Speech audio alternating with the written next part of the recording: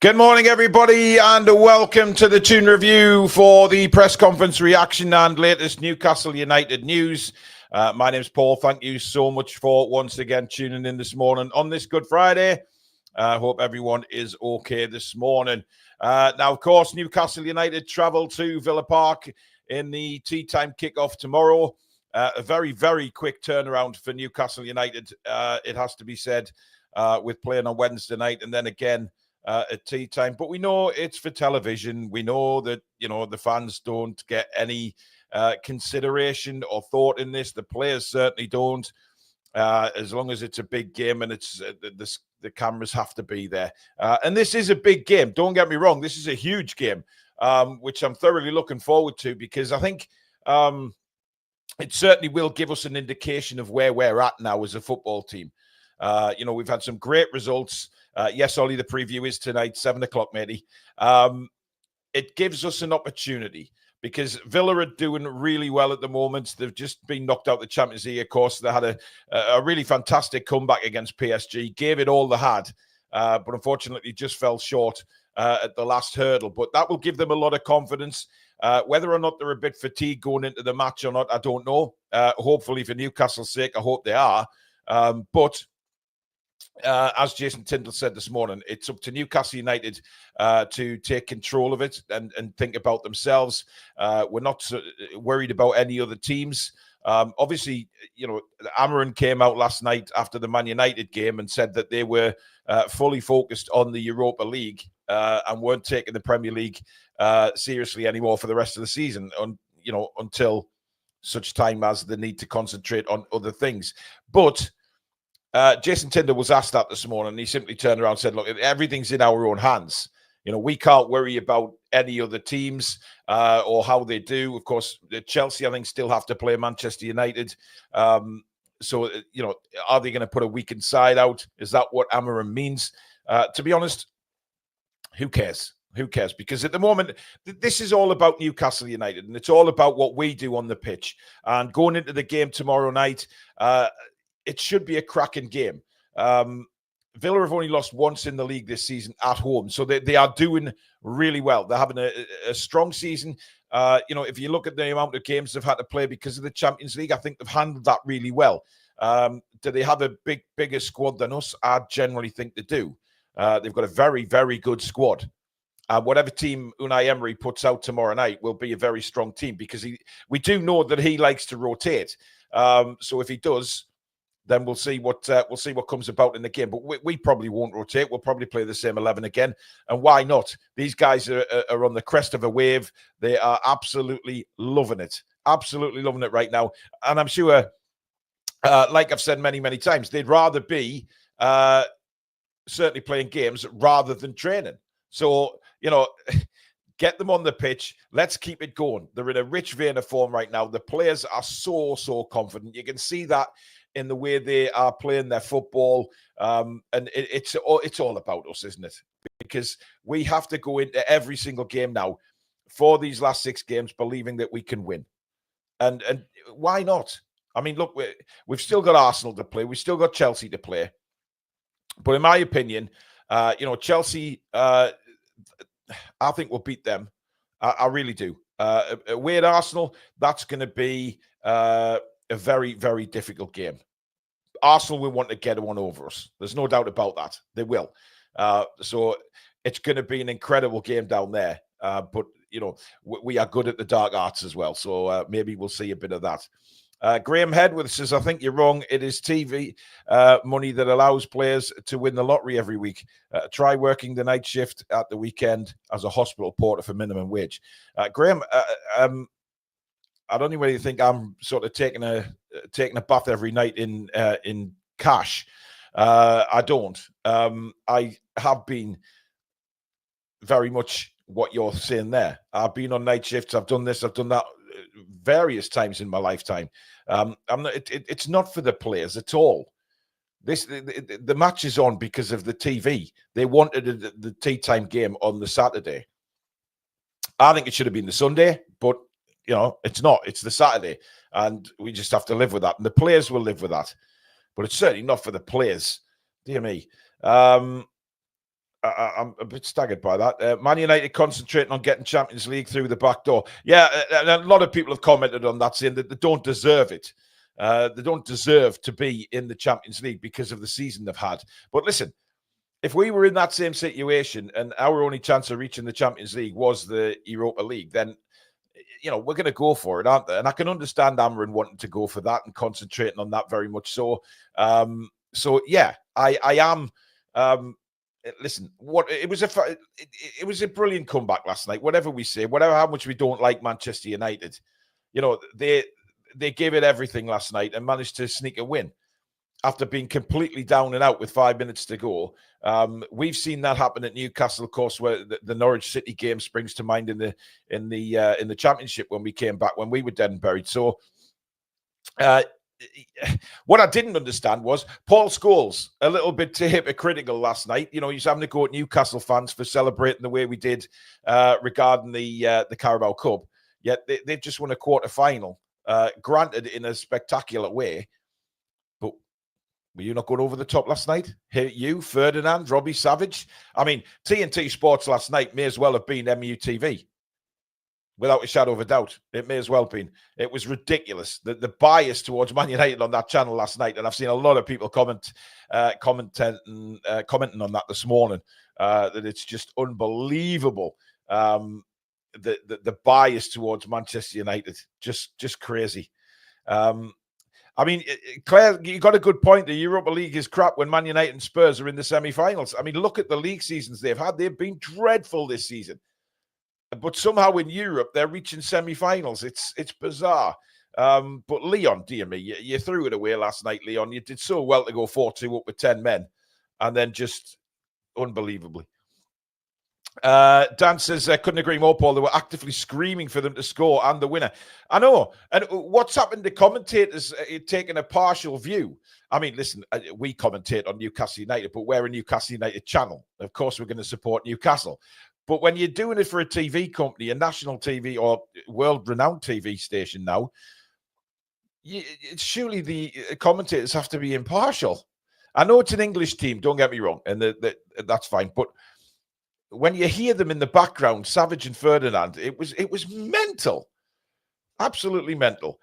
C15 says, for me, Aston Villa is a huge game. If we can extend our points gap to 8 points from Villa and be 1 point behind Arsenal, we're certain for top 5. I generally believe that, yes. The sending off was a typical Old Trafford. That was dreadful. I mean, he didn't make any attempt to bring him down for that second yellow card. All he did was he was running at a normal running, you know, chasing the attacker. It was never, he didn't even tackle him. He didn't even make any... He didn't even try to get the ball. So, Jesus. Rachel's off to head up and pick James up from work, but she'll be listening in the car. Thank you, Rach. Say hi to James. Right, let's look at some of the stuff that Mr. Tindall had to say this morning. He said on the game, it's going to be an incredibly tough game. We know that. They've only lost once at home this season, so we know what type of challenge we'll be facing. They're trying to achieve the same goal as we are. It'll be two teams going out there to try and win the game.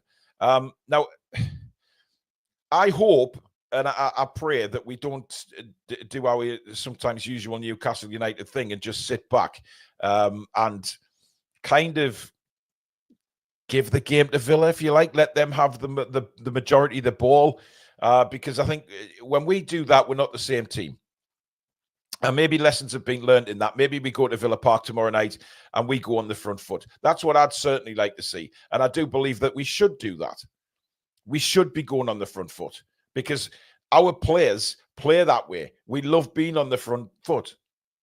And it's incredible when we do that. So, listen, Villa, they're still fighting for the Champions League again. They've had a sniff of it this season like we did a couple of years ago. And they'll be well up for it. Well up for it. Now, I thought Jason Tindall actually this morning seemed a lot more calm, if you like. He didn't seem as nervous in front of the cameras. I think he's getting used to the situation now. And, he looks a lot more relaxed when he was taking questions. I did have to laugh because he was asked about the Wham T-shirt. And, of course, the spat that he had with Unai Emery back on Boxing Day when it all kicked off in the tunnel, of course, when there was an apparent 22-man brawl in the tunnel. And he was asked if he would shake Emery's hand before the game. I thought that was a very strange question because, one thing Jason Tindall and Eddie Howe come across as a gentleman. And, yes, they'll get fired up in the moment. And yes, they will fight for their team. And they will do whatever they can. And they will defend whatever's going on the touchline. They will defend their players. They will defend their team. But Tindall turned around and said, I've said before, I'll always offer my hand to the opposition manager.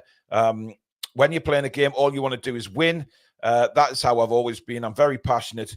The only thing that crosses your mind during battle, it's a frustrating game at times. I'll certainly hold my hand out. And if he wants to shake it, I'm sure he will. I don't see Emery refusing to shake Jason Tindall's hand. I think things happen in games, and certainly things happened in that game. It went a little bit, it went far too far, didn't it? When it all kicked off. But no, I think Emery's a gentleman as well, and I just think they'll shake hands and get on with the game. Now, when he was asked about the Wham hoodie, he said there was a lot of talk before the home game. It was pre-arranged before the game. A fan asked me before the game to wear it, and I said I would if we won. As fate would have it, Tindall's first away game as the boss turns out to be Unai Emery at Villa Park. And he said football is a frustrating game. Both sets of players and coaches are not really thinking about anything going into the game. We're not thinking about that incident. The most important thing is our preparation and what we do on the pitch. It's not about what happens in the technical area or in the tunnel. The important thing is players are focused and able to go out there and put in a performance. And he speaks with a lot of sense, doesn't he? He speaks with a lot of sense and maturity there.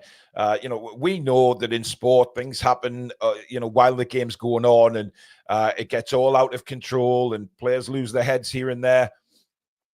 But genuinely, they come off the pitch. I mean, it's handbags in the tunnel, whatever happened. But then it's gone. You've got to get on. And whatever fines came our way, then it happened, and it was all brushed aside and get on with it. But I don't think Newcastle United tomorrow are going into that game, or Villa for that matter, thinking, oh, we'll remember what happened at St. James's Park. I don't think anyone will.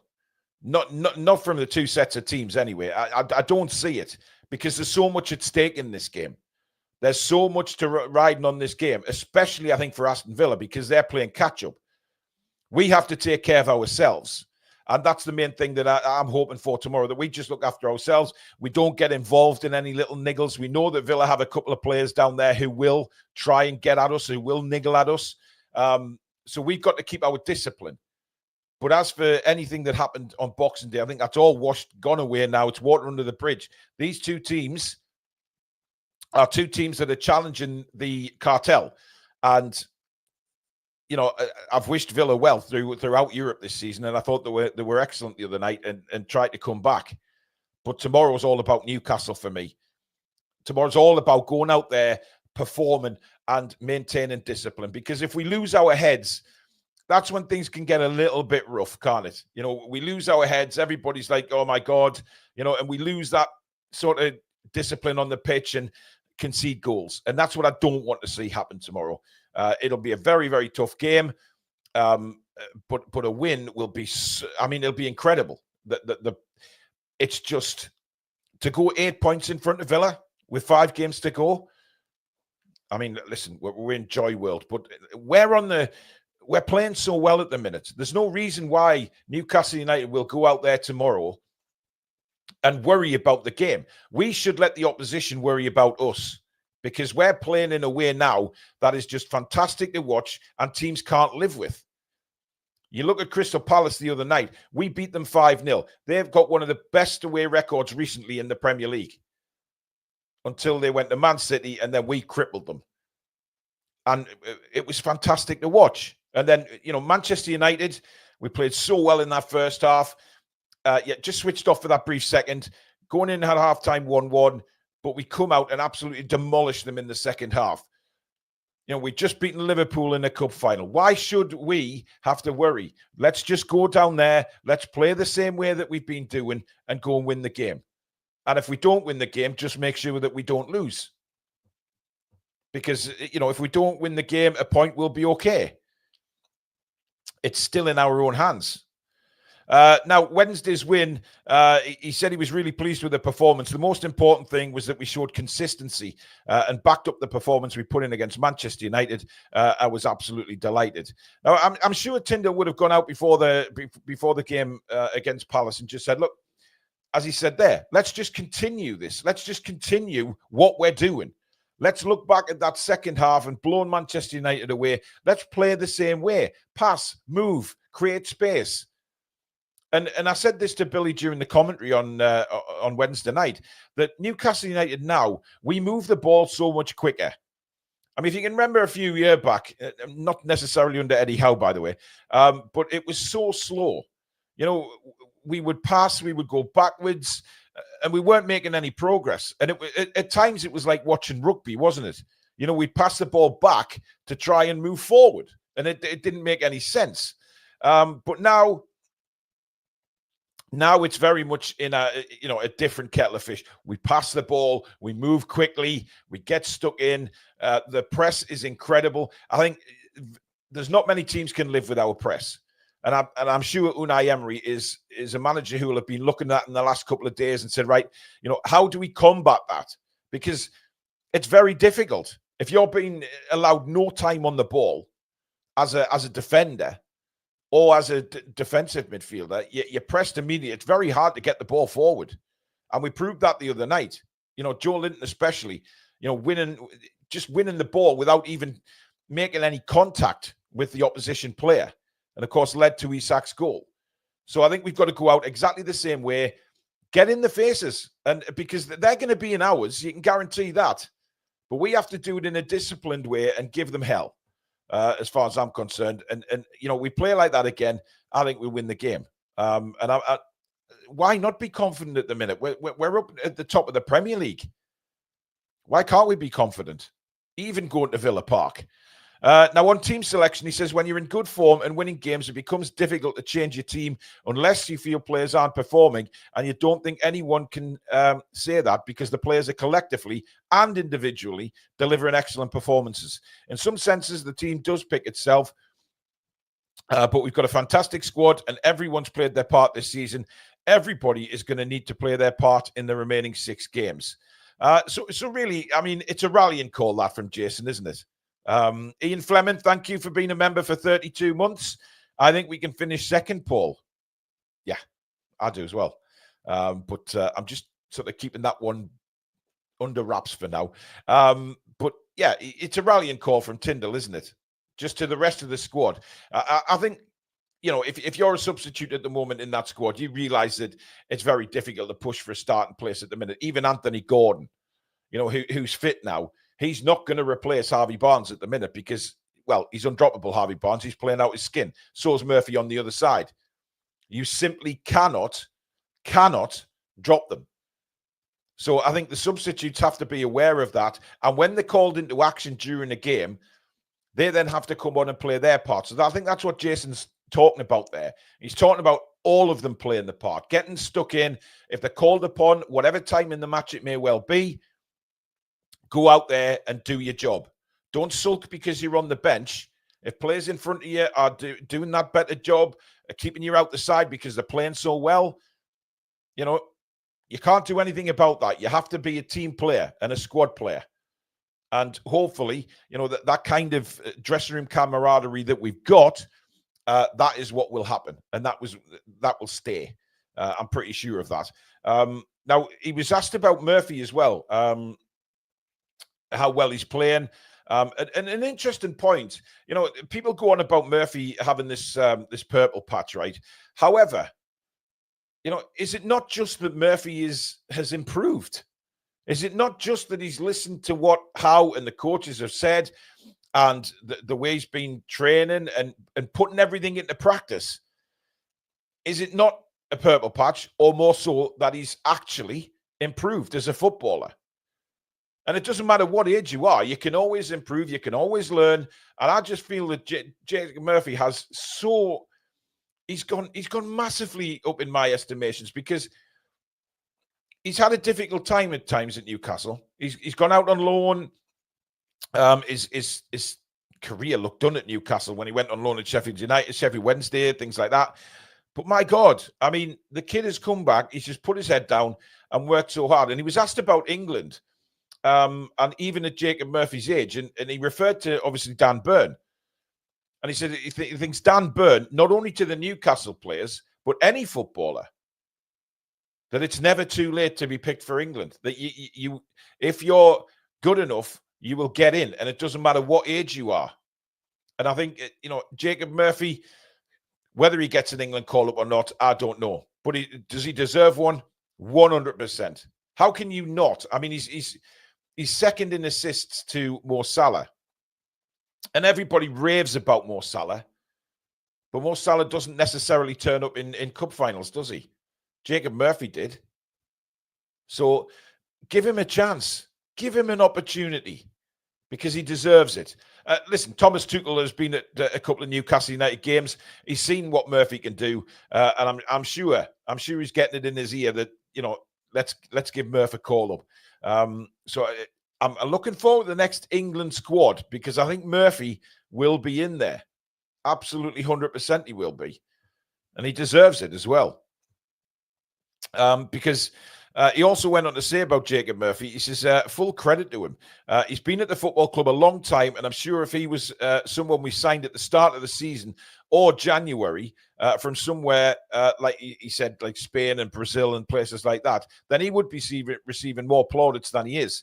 His performances certainly don't surprise himself or the manager. He works extremely hard on a day-to-day basis. He takes everything tactically, and week in, week out, we know we can rely on him. He's one of those players, isn't he, that the manager can look at and say, yeah, whatever the situation, Jacob can do a job. And I don't care what anybody says, quite honestly. He's definitely had ups and downs. He's definitely had games where you just want to shake the kid. It's so frustrating. But now he's very consistent. And look, he's a winger. He'll give the ball away at times. He'll lose the ball at times. That's just what wingers do.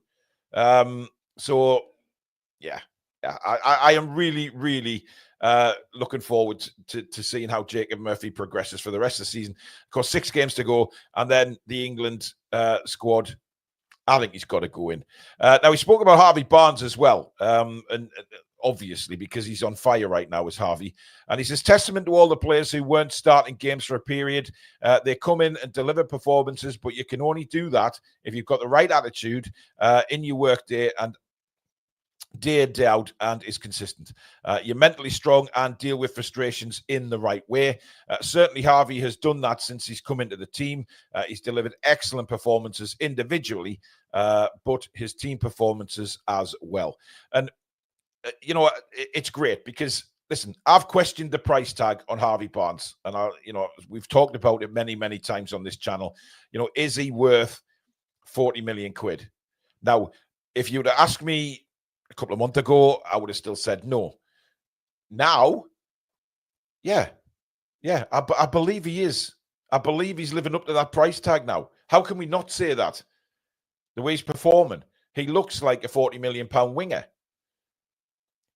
But he's got to continue that. And I think that's what Harvey will know as well. And I'm sure that's what Eddie and Jason and the staff will be saying to him, that he's got to continue that. He can't just sit back and just think, oh, yeah, well, I'm in the team now, I'm going to stay there. And listen, I'm sure he doesn't think that. He knows he's got to perform because he's got a player like Anthony Gordon waiting to come in. And he's always going to be looking under his shoulder. So that's what I'm think inspires Harvey Barnes to keep going. And that's what it should be like. That's exactly what the type of thing is we're looking for at Newcastle United. We're looking for players that can step in when players lose a bit of form. Or those players that are starting know they're looking over the shoulder thinking we've got to perform because we've got just as good a player waiting to come in on the bench. And I think that's what Newcastle are going to do in the summer. They're going to recruit players who can push the other ones to stay in the team. And that's what you want in a squad. That's what you need in a squad. But I think Harvey Barnes, obviously, he's shown a very good mentality. We were all thinking when he wasn't in the team, is he kicking off behind the scenes? Is he unhappy? but it seems not. Jason Tindall says he worked very hard to get back in the team, and when he's got his opportunity, he's took it. And nobody can say anything. He's in cracking form right now. And I just hope he goes to Villa Park tomorrow and we see another fantastic performance from him. Because him and Jacob Murphy deserve all the plaudits they get at the minute. And it's great when you hear people on TV or radio now saying that Newcastle United's two wingers are probably the most informed wingers in the Premier League right now. And they've said that about Newcastle United. We're the most informed team in the Premier League. Nobody want to play us. But then the two wingers are getting mentioned. And who'd have thought that? Who'd have thought at this stage in the season that pundits will be talking about Harvey Barnes and Jacob Murphy as the two best wingers in England right now? It's incredible. It's fantastic. And it's incredible. But you have to say well done to the players, and you have to say well done to the manager and the coaching staff for keeping faith with them. And he spoke about, Livramento and Lewis Hall and Will Asula, etc., the young kids that have come in. And Jason Tindall explained that sometimes, these young kids will come in and they'll sign for a club and expect to be straight in the side. But it doesn't necessarily work that way. You want to work with the players. You want to make sure that they're 100% ready. And nobody can complain. Nobody can complain with what Eddie Howe has done and the coaching staff with Lewis Hall and Livramento. Yes, it's frustrating that we're not seeing Asula again, but we're in the same situation that we are with Lewis Hall and Livramento to a degree. Are we going to see them play? Why aren't they playing? Why? But then when they do come in, we're seeing very, very good players who then Eddie Howe thinks are ready. They obviously don't think that Asula is quite ready to play a massive amount of minutes in the Premier League. I think we can all see that. But it doesn't matter. I think everybody should put their trust in Eddie Howe right now and Tindall, because whatever they're doing behind the scenes is absolutely working. They've got the players playing. They've got the whole morale is so high right now. The confidence is through the roof. And for me, that's the biggest thing in the world. Now, just before I go, ladies and gents, the website is very, very close. Very close. Now, I've got a couple of photos of a couple of things that'll be on there. By the way, the merchandise website is going to be, there's loads of stuff on there. There's loads of stuff. There's notebooks. There's tote bags. There's beach bags. There's tea towels. We've got loads of stuff on there. Hoodies, T-shirts. We've got a men's section. We've got a women's section, a kids section, mugs and bottles. And then we've got accessories as well. There is loads of stuff coming on the website. I'm hoping that all the certificates and everything are confirmed today, and I can get the website live later on this afternoon. It's hopefully, fingers crossed, everything will go to plan today. But these are some of the stuff. Just a couple of photos, really. We got obviously the TTR caps. Many people have been asking for that. We've got snapback caps as well, which you will see on the website. T-shirts. Now, we are doing T-shirts with a small logo in the corner there and a big logo across the chest. So, depending on which one you want. We've also got ladies' hoodies. They'll come with obviously a large logo like that one or a small logo. We've also got men's hoodies. Again, same thing with the logo, large or small. And Susan has designed what I think is a fantastic mug. Obviously, there's Toon Review mugs on there, but look at this one. Carabao Cup celebration winners mug. Absolutely, with the date in the middle of the blue star there. Absolutely fantastic design by Susan. So that is also going to be on the website as well. So there's loads of things to look at on there, and hopefully that will be released, go live this afternoon. I'm just waiting for the security certificates and things like that to be processed and announced. So hopefully it will be there for everybody today. So at last we get going again. But we are going to do some stuff with Mamaroo as well.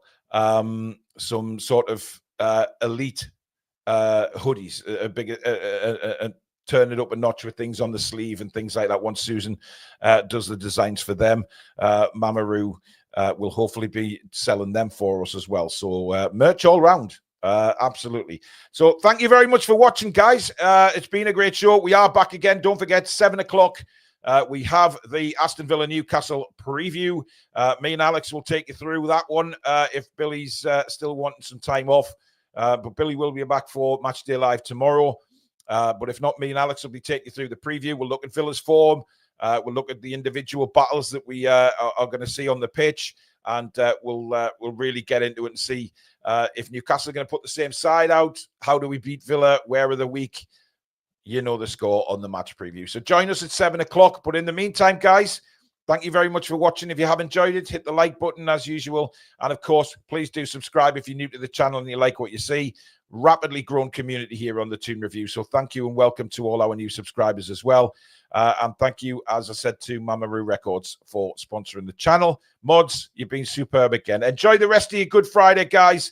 And we will see you back at 7. Take care. Come back and check out the